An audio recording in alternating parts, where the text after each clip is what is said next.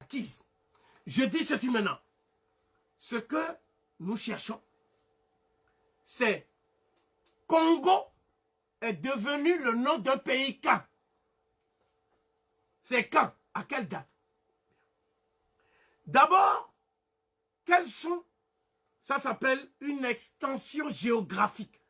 C'est-à-dire un toponymique, un toponyme, un nom de lieu, hein, par polysémie. C'est-à-dire un mot a plusieurs sens et change selon l'usage. Vous comprenez? Parce qu'il faut être technique.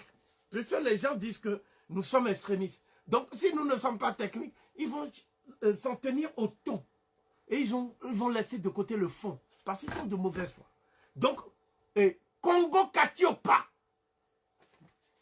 Congo Katiopa. C'est-à-dire, Congo, le K, c'est-à-dire la force de l'énergie divine qui est apaisée. Tiopa, ça veut rien dire. Ça vient du mot Hotepa, Hotep, qui est apaisé. C'est-à-dire, lorsque tu es initié supérieur, ton cas divin est apaisé dans le Kintuadi. Le Kintuadi, c'est l'assemblée des initiés. Où on est en rond comme ça là. On est pur de corps, on est saint d'esprit.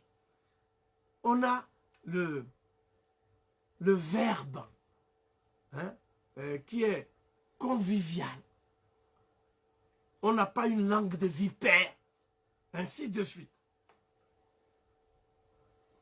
Donc, on appelait Congo Katiopa toute la région où l'humanité est née. C'est-à-dire, je vais énumérer maintenant. Parce que le seul repère que nous pouvons avoir maintenant, c'est l'Afrique actuelle, malheureusement. Eh bien, je vais énumérer. Congo Katiopa, c'est l'Azanie actuelle, ce qu'on appelle l'Afrique du Sud, la Namibie, le Lesotho, le Botswana,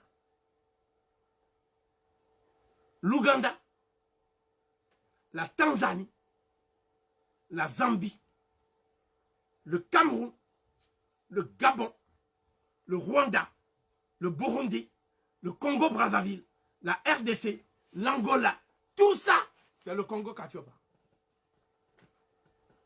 Et c'est ça que Kibangu disait que le Congo Katiopa, ce sont les enfants du Congo Katiopa qui sont les premiers hommes sur la terre. C'est-à-dire, ce sont les premiers à qui Nzambi, Ampungu, d'accord, a donné l'intelligence divine transformée en énergie.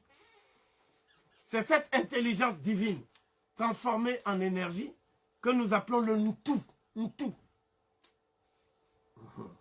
Quand tu as ça, et tu es un être humain unique et singulier, ça s'appelle Muntu. Donc on dit Muntu Kam, parce que tu es un Muntu, tu as l'énergie divine, l'intelligence divine, mais tu es charbonné à cause de la divine mélanine. Je crois que c'est très clair. Bon, si mes lives sont confus, dites-moi. Deuxièmement, Bantu, c'est la famille de ceux qui ont le Ntu, l'intelligence divine.